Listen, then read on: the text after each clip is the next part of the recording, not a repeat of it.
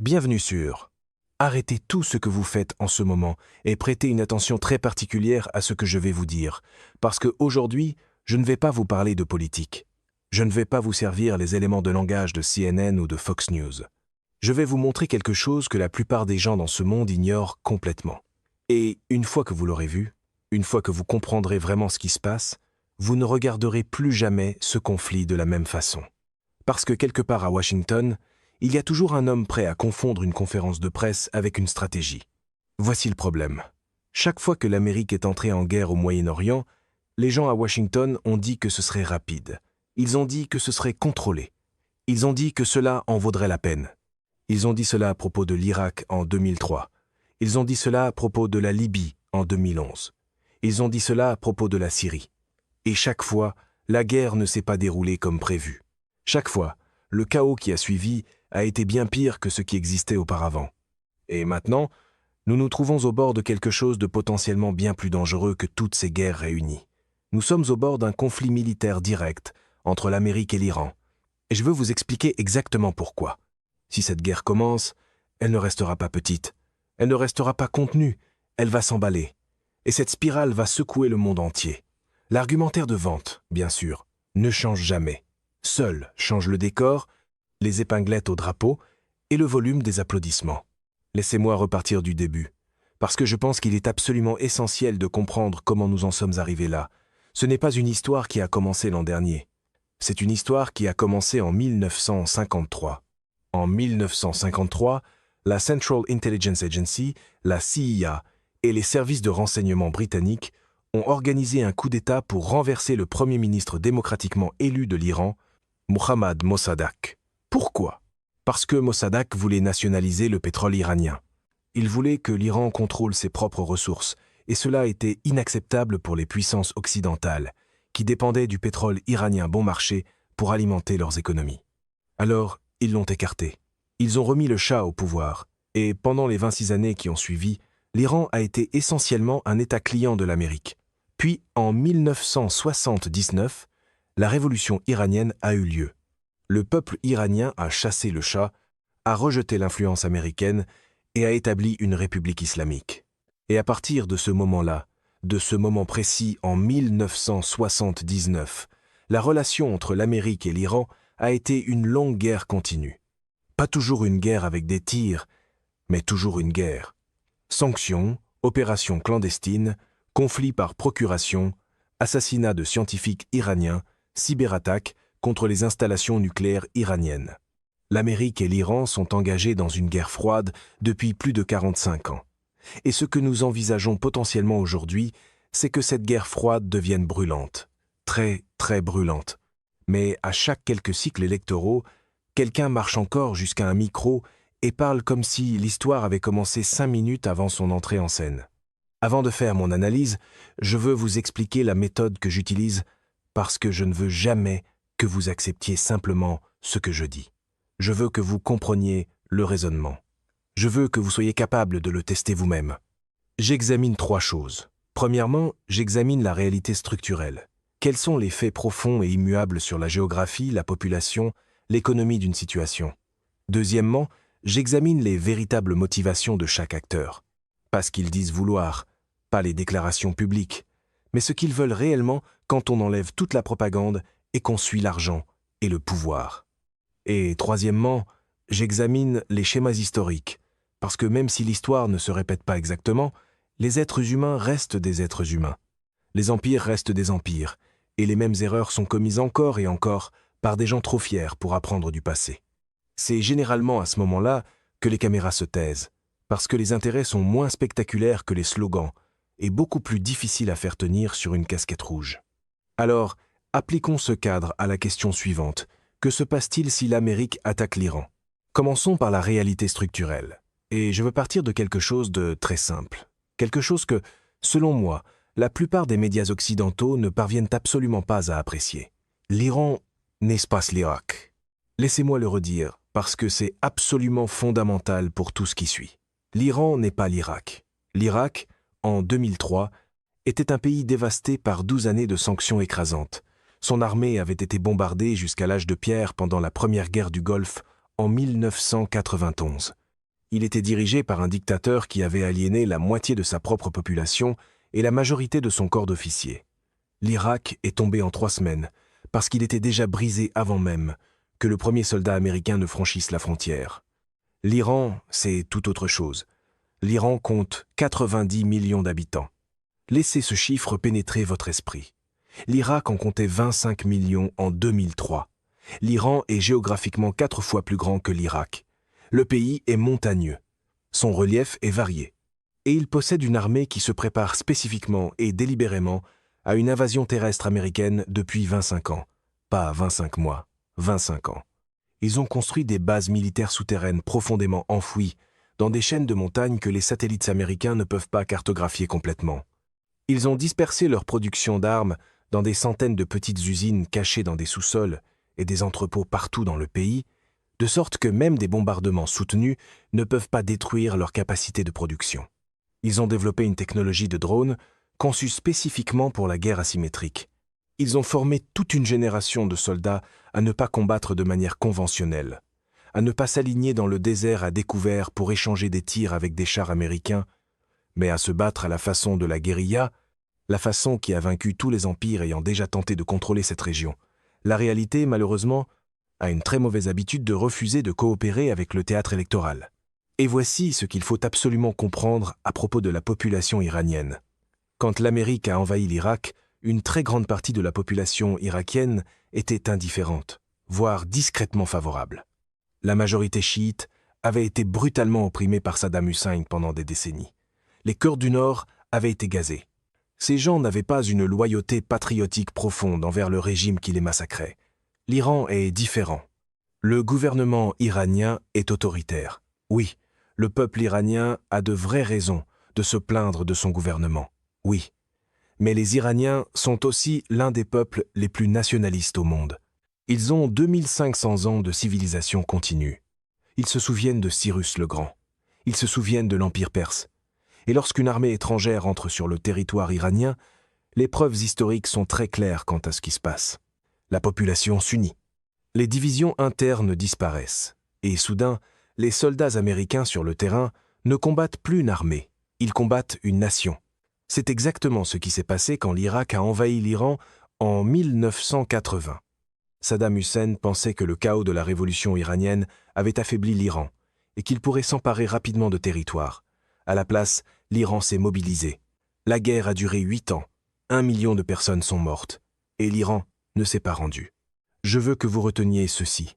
Même après 8 années d'une guerre dévastatrice, même après la perte de 1 million de vies, l'Iran ne s'est pas rendu. Voilà l'ennemi que l'Amérique envisage d'attaquer. Mais il y a toujours une faction à Washington qui entend « nation compliquée » et traduit cela par « ça aura fière allure dans un briefing ». Maintenant, parlons des motivations. Que veut réellement chaque acteur dans ce jeu? L'Amérique dit qu'elle veut empêcher l'Iran d'obtenir l'arme nucléaire. L'Amérique dit qu'elle veut la paix et la stabilité au Moyen-Orient.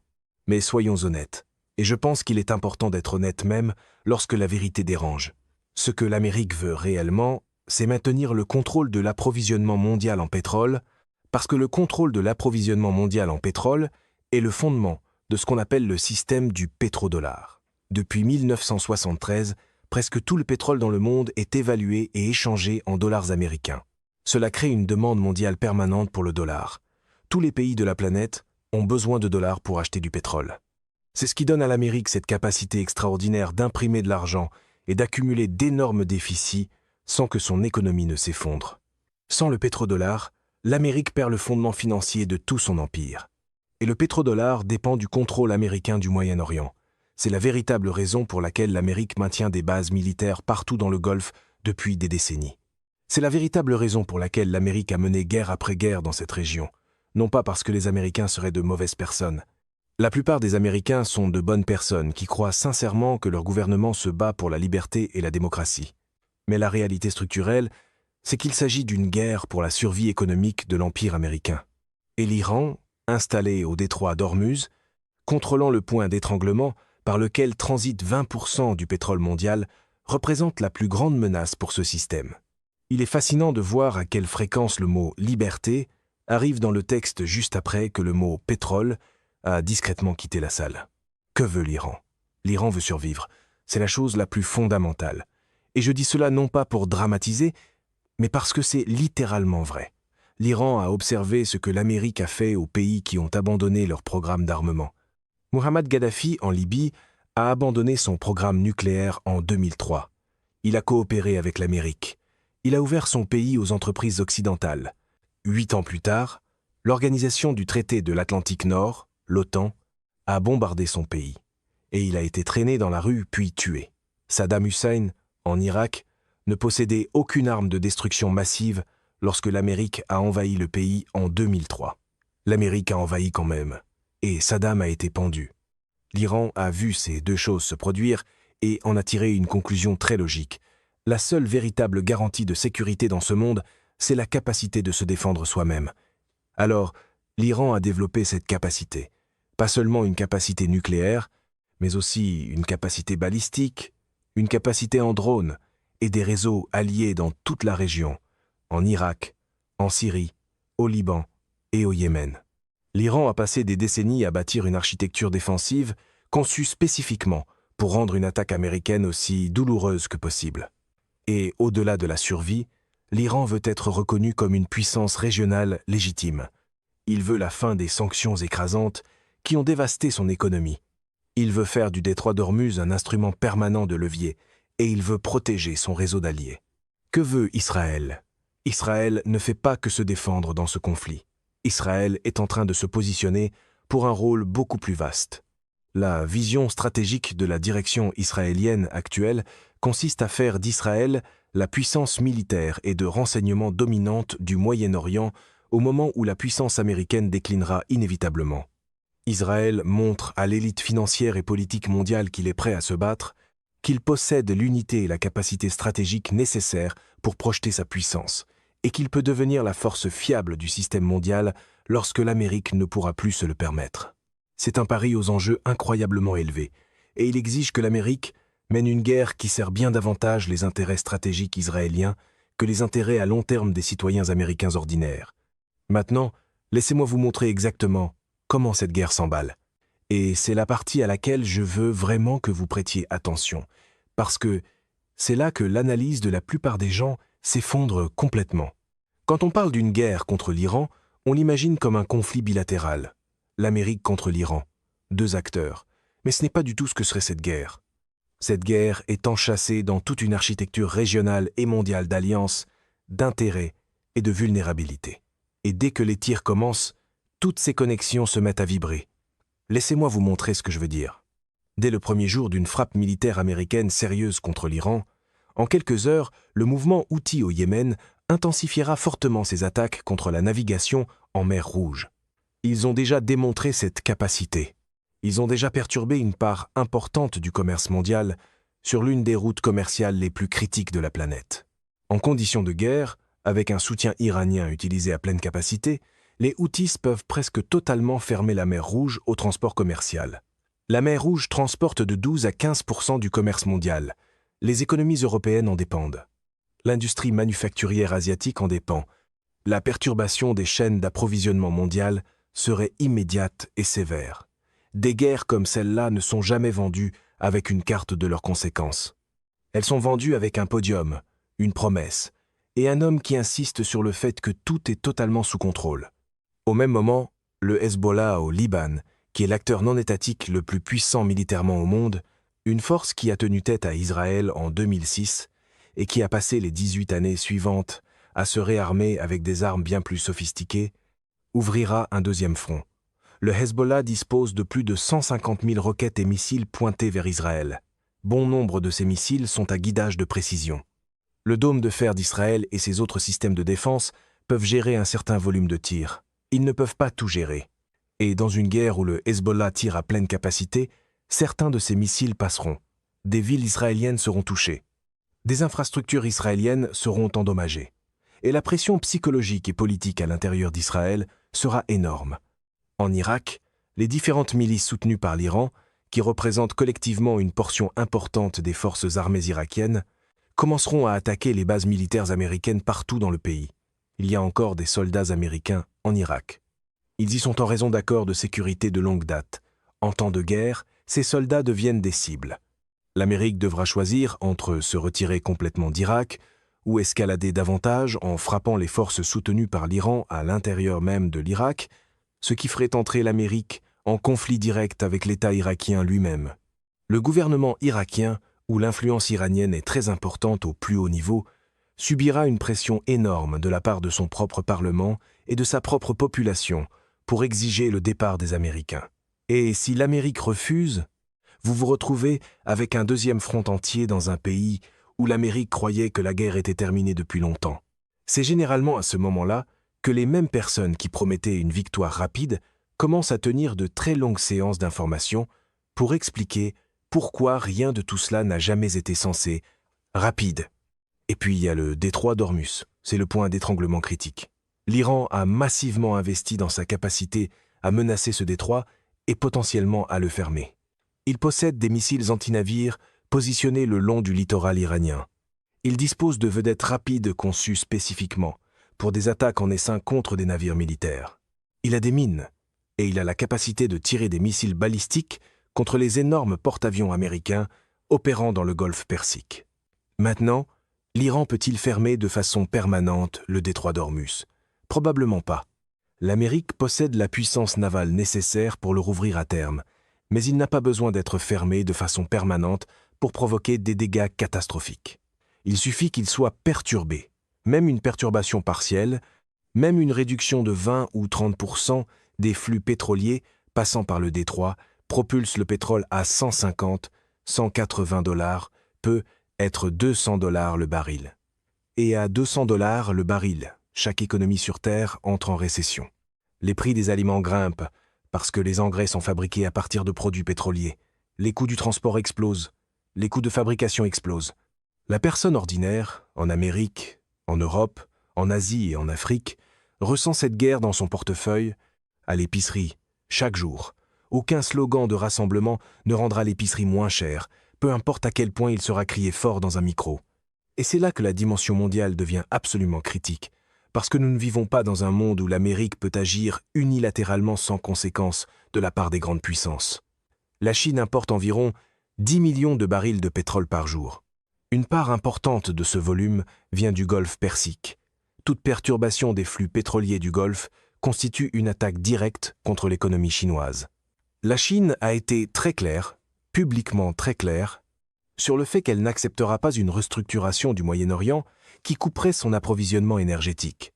La Russie, qui entretient des liens profonds avec l'Iran et travaille systématiquement à affaiblir la puissance américaine au Moyen-Orient depuis des années, verra cette guerre comme une occasion non pas nécessairement d'intervenir militairement directement en Iran, mais d'accélérer tous les autres points de pression contre la puissance américaine.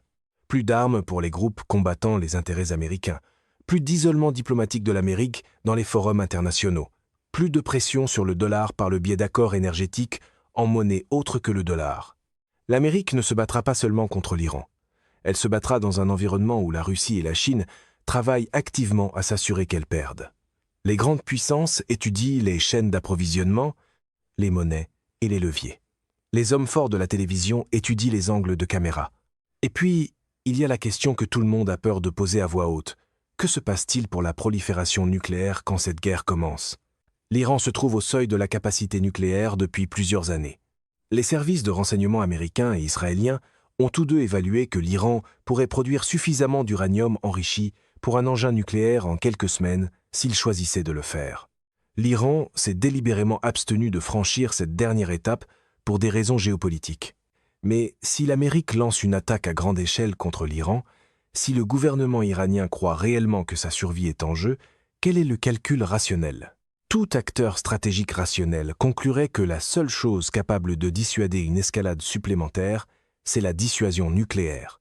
Je ne suis pas en train de dire que l'Iran utilisera une arme nucléaire.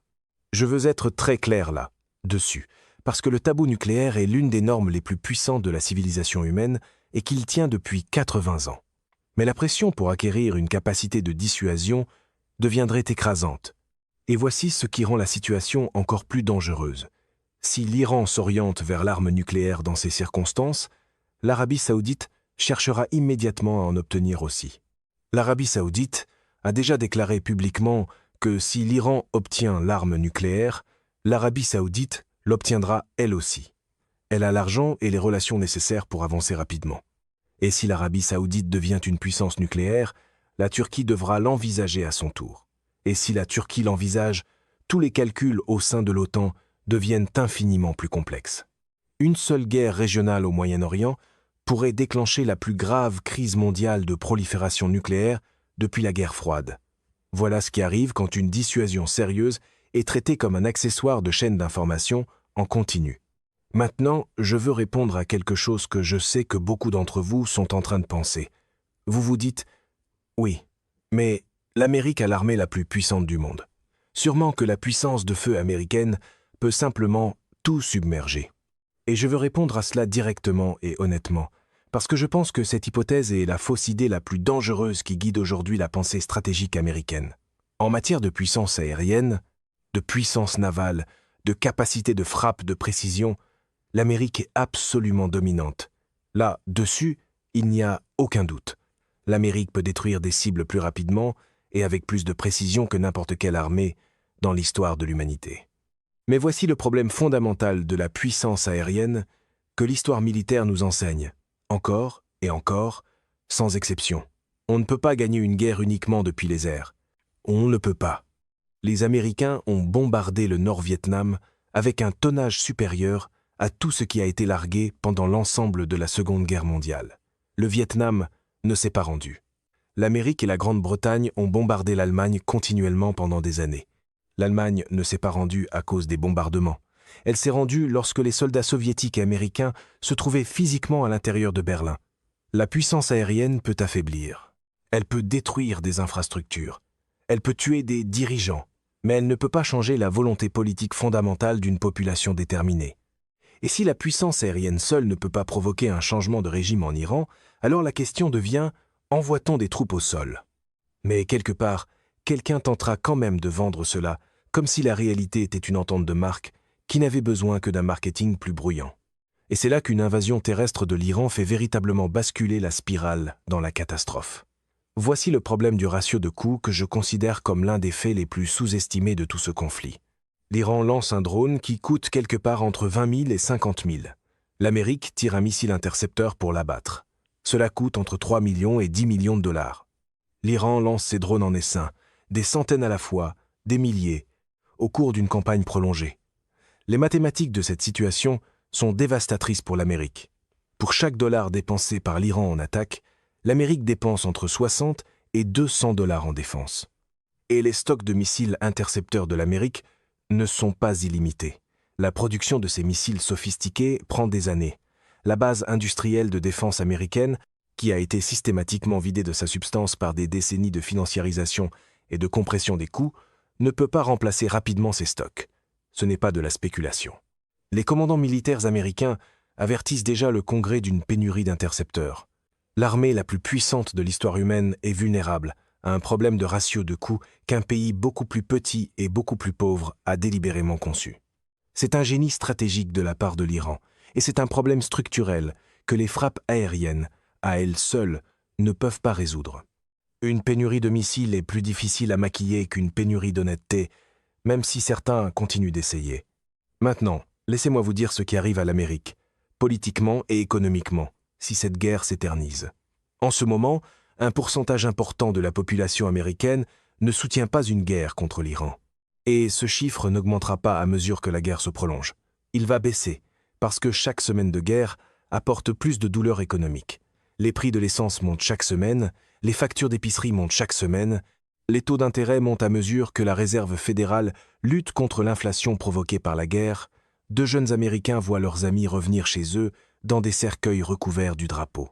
Et la question qui résonnera de plus en plus fort dans toute l'Amérique sera la même que celle qui a résonné pendant le Vietnam, pendant l'Irak, pendant l'Afghanistan. Pourquoi sommes-nous en train de nous battre? À quoi ressemble même la victoire? Comment savons-nous que c'est terminé? Et aucun président, pas celui-ci, pas un futur autre, ne sera capable de répondre à ces questions de manière satisfaisante. Parce que la réalité structurelle, c'est qu'il n'existe pas de solution militaire propre face à l'Iran. Il n'existe pas de moment où l'Iran se rend simplement et accepte la domination américaine. Et sans définition claire de la victoire, Chaque jour supplémentaire de guerre n'est qu'un coup de plus, une souffrance de plus, une érosion politique de plus, sans fin en vue. À ce stade, les slogans raccourcissent, les excuses s'allongent, et la facture, elle, continue d'arriver parfaitement à l'heure. Je veux parler de ce que cette guerre ferait à la position de l'Amérique dans le monde, parce que je pense que c'est la conséquence la plus importante à long terme, et celle à laquelle on accorde le moins d'attention. La puissance mondiale de l'Amérique repose sur deux piliers. La puissance militaire, oui, mais plus fondamentalement encore, la puissance financière. Le dollar est la monnaie de réserve du monde. Cela donne à l'Amérique des privilèges économiques extraordinaires.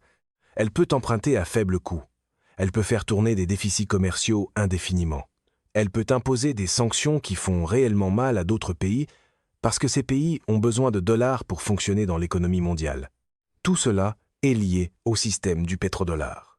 Et le système du pétrodollar dépend du fait que les États pétroliers du Moyen-Orient acceptent de fixer le prix de leur pétrole en dollars et de conserver leurs réserves en dollars dans des banques américaines. Maintenant, voici ce qu'une guerre longue, désordonnée et perdue au Moyen-Orient ferait à ce système. Elle montrerait à chaque pays producteur de pétrole dans le monde que la protection militaire américaine n'est pas fiable, que l'Amérique ne peut pas garantir la stabilité, que miser sur le dollar est un mauvais pari à long terme.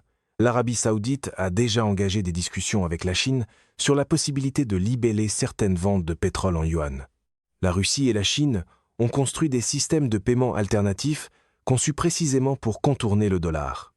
Un échec militaire américain visible au Moyen-Orient accélérerait ce basculement de façon spectaculaire. Et quand le pétrodollar s'affaiblit, la capacité de l'Amérique à financer son armée s'affaiblit elle aussi. Et quand son armée s'affaiblit, sa capacité à imposer le pétrodollar s'affaiblit encore davantage. C'est une spirale qui, une fois enclenchée, est très difficile à arrêter. Les empires déclinent dans les feuilles de calcul bien avant de l'admettre au podium. Je veux tracer ici un parallèle historique, parce que je pense qu'il éclaire notre situation avec une clarté que l'analyse politique moderne manque parfois. En 415 avant Jésus-Christ, Athènes était la cité, État la plus puissante du monde grec. Elle possédait la marine la plus avancée, la démocratie la plus sophistiquée, l'économie la plus vibrante, et Athènes a décidé de lancer une expédition pour conquérir la Sicile, une île lointaine, afin d'étendre son empire et de démontrer sa puissance. Le général athénien Nissas a mis en garde contre cette expédition. Il a dit que le coût serait énorme, que l'ennemi serait résilient, et qu'Athènes était en train de se surexposer dangereusement. L'Ubrie antique portait des sandales. L'Ubrie moderne préfère un cortège automobile et un télésouffleur. C'est la fin de ce bulletin d'information. N'oubliez pas de vous abonner pour ne rien manquer de l'actualité en France et dans le monde. Merci de nous avoir suivis. Au revoir, à bientôt.